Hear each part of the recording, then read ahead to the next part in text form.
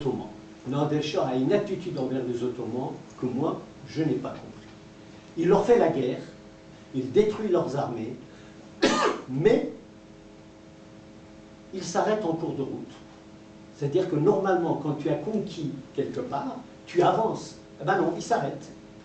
Il s'arrête, il envoie une lettre au khalifa, au calife ottoman, en disant « Tu es le calife, nous devons faire la paix ». Mais dans ces allers-retours qui durent des mois et des mois et des mois, eh ben, les Ottomans refont une armée, parce qu'ils ont, ils ont beaucoup plus de territoire et beaucoup plus de soldats que Nader.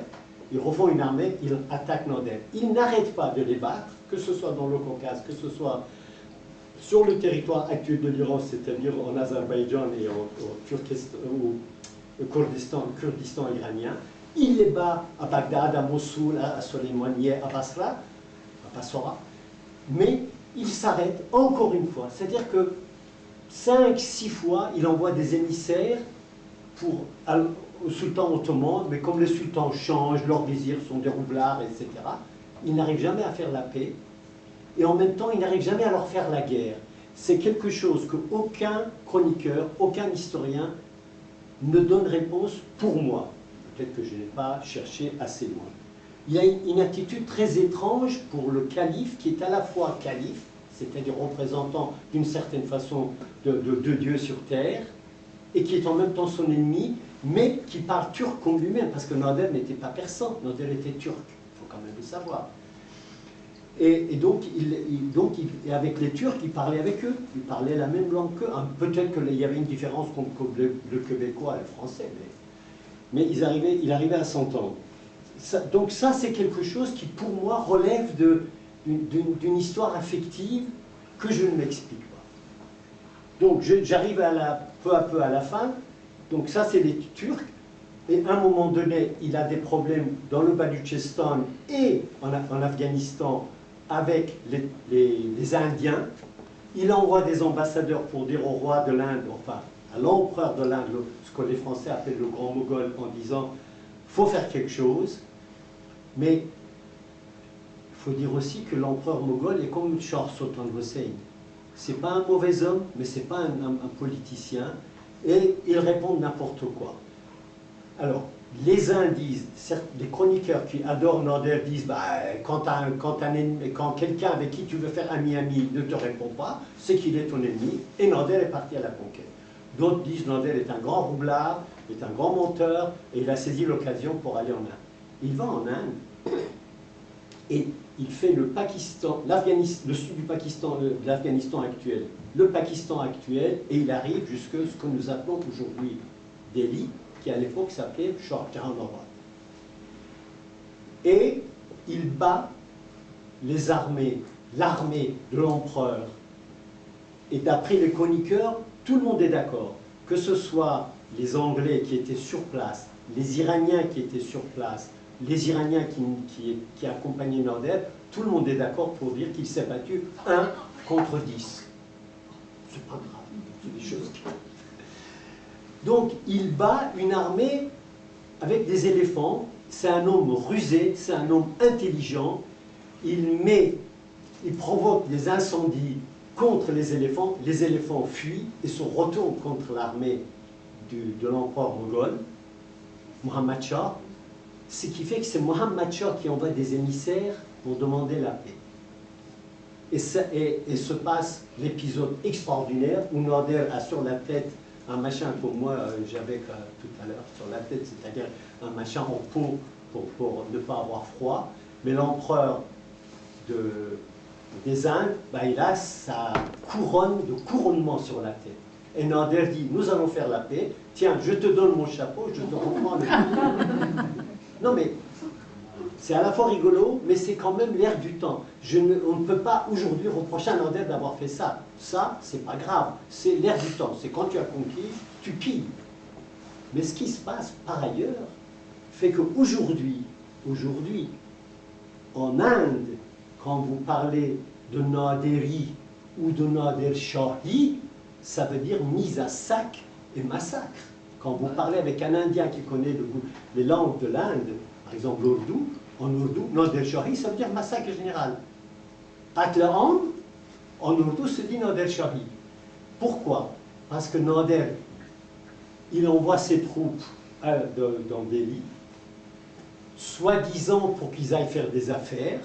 À faire des affaires, quand vous envoyez une armée triomphante dans une grande ville, qu'est-ce qu'ils font les jeunes gens? Ils s'attaquent aux filles, ils s'attaquent aux belles filles, ils s'attaquent aux bijouteries. Les Indiens se révoltent et protègent leurs femmes, leurs filles, tuent les Iraniens, et Nader fait une cérémonie terrible au palais impérial de Delhi. Il s'assoit sur un trône, il s'habille de rouge, et c'est là qu'on parle de Ghazab Naderi, la fureur de Nader, que les Grecs appellent l'hubris, et il ordonne le massacre général des habitants de Delhi, qui étaient aux 3/4 des musulmans, au moins à moitié des musulmans. Et les chroniqueurs indiens donnent la liste des gens qui se sont suicidés, qui ont tué leurs femmes et leurs filles violées, et qui se sont suicidés. Il y a la noblesse. Prunelle de mes yeux, assieds-toi. C'est ma petite fille, l'aînée de mes petits-enfants. Et donc, et ce massacre général, quand vous lisez, eh ben, il l'a organisé. C'est-à-dire que cet homme qui était intelligent, qui savait faire les choses, qui était un grand roublard, qui savait faire de la politique, qui savait conquérir, qui a battu les armées venues de l'Afghanistan, vraiment 1 contre 10, parfois 1 contre 100, en faisant des plans de guerre, etc., certains disent qu'il était plus malin que Napoléon. Alors, moi, j'y connais rien en matière de guerre, ne me demandez pas. Ben, il envoie ses troupes dans Delhi, et évidemment, il faut ce que l'armée française de Louis XIV a fait dans le Palatinat, ce que l'armée française a fait en Russie, ce que l'armée allemande a fait à Paris, quel est le pays quand une armée, ce que l'armée soviétique a fait à Berlin? Combien de temps j'ai? 10 minutes? Oh là là, c'est largement suffisant. Maintenant, je vais rentrer en psychiatrie. Donc, Nader revient des Indes, dit-on, avec 100 000 montures portant des bijoux. 100 000 montures, chameaux, chevaux, mulets. Si chacun portait 50 kilos d'or, je vous laisse faire le calcul. Il vient à Kalat et Naderi, sa forteresse au nord de Khorasan, et il fait faire un palais, enfin une forteresse pour protéger ces bijoux. Sauf que ces bijoux, il n'en est rien resté pour les Iraniens. Il n'en est rien resté. Dans les pillages, dans les meurtres, dans les machins, rien. Il reste 3 ou 4 ou 5 bijoux, dont une d'ailleurs est sur la couronne de la reine d'Angleterre, par les achats, etc. Bon, pourquoi pas. Et après, une fois qu'il est rentré des Indes, il entend que les Caucasiens, les Ingouches, les Tchétchènes, etc., sont en révolte. Et il envoie des troupes et il y va, sauf que ces montagnards infligent à Nader des défaites extraordinaires. C'est le seul endroit que Nader a des défaites. C'est les Caucasiens, d'ailleurs les Russes aussi, mais enfin maintenant que les Tchétchènes collaborent avec lui, avec les Russes, bon évidemment ils ne peuvent pas battre, mais ce sont les mêmes peuples en révolte qui battent Nader et qui massacrent son armée. Il y a là, mesdames et messieurs, si vous êtes des chrétiens et des chrétiennes, un événement intéressant. Et puis j'irai chez les femmes. Nader arrive à ce qu'on appelle les 3 églises, je crois, en français. Ichmiadzin, qui veut dire les 3 églises, qui est la Rome des Arméniens en Arménie actuellement. Il arrive là et il demande à voir les chefs des Arméniens. Arrive un vieillard, un vrai vieillard, barbe longue, voûté, en haillons. On dit, c'est notre chef.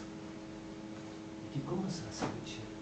Ah oui, il est Abraham de Crète, il est Abraham II de Crète, ben, il est en quelque sorte le pape des Arméniens orthodoxes, parce que les Arméniens de l'époque étaient plutôt rattaché à Moscou, enfin à Moscou, à Saint-Pétersbourg ou à Moscou peut-être. Et alors il dit, mais pourquoi? Ben, il dit, pourquoi? C'est toi. Il dit, c'est toi. Comment il dit, c'est moi? Il dit, si c'est tes armées, c'est des gouverneurs, ils nous prennent tout.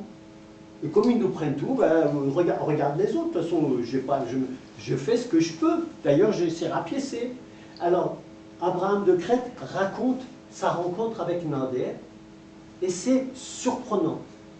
Il y a 2 fois dans la vie de Nader où Nader rencontre un vieillard, et c'est le vieillard qui l'engueule, et Nader fait « oui, oui, oui, d'accord, oui, oui, mais je vais faire ce que tu dis, d'accord, d'accord, tu as raison ». Alors, Nader va assister à 2 messes, la messe du Nouvel An du 31 janvier, la messe de la Nativité le 6 ou 7 janvier, dans la cathédrale où il pleuvait, dans la cathédrale des Shmiadzim. Et il est en fureur, non pas contre les Arméniens, mais contre les gouverneurs. Alors il en fait pendre quelques-uns, il en convoque un, il le nomme gouverneur de l'Arménie, et lui dit, tu vas leur donner tant d'argent pour qu'ils s'habillent, pour qu'ils refassent leur cathédrale, qu'ils refassent leurs églises, qu'ils refassent les champs, etc. Quelque temps après, je ne me rappelle plus des dates exactes, je crois 6 mois, 1 an après, Abraham de Crète, à la veille de sa mort, envoie un émissaire chez Nader, il dit, écoute, tu n'as pas tenu tes promesses puisque ça continue. La cathédrale est toujours trouée, il pleut dedans, je suis toujours habillé en haillons, et mes hommes, mes Arméniens, ils n'ont pas de quoi manger, dormir. Nader envoie une armée, enfin un détachement, pour massacrer les gouverneurs et tous ceux qui étaient là, parce qu'ils avaient maltraité. Alors, je dis que je parlerai des femmes. Nader était protecteur de minorités religieuses avant de devenir complètement fou. C'est-à-dire qu'il a protégé les Arméniens, les Zoroastriens et les Juifs contre les mollahs chiites. Alors l'épisode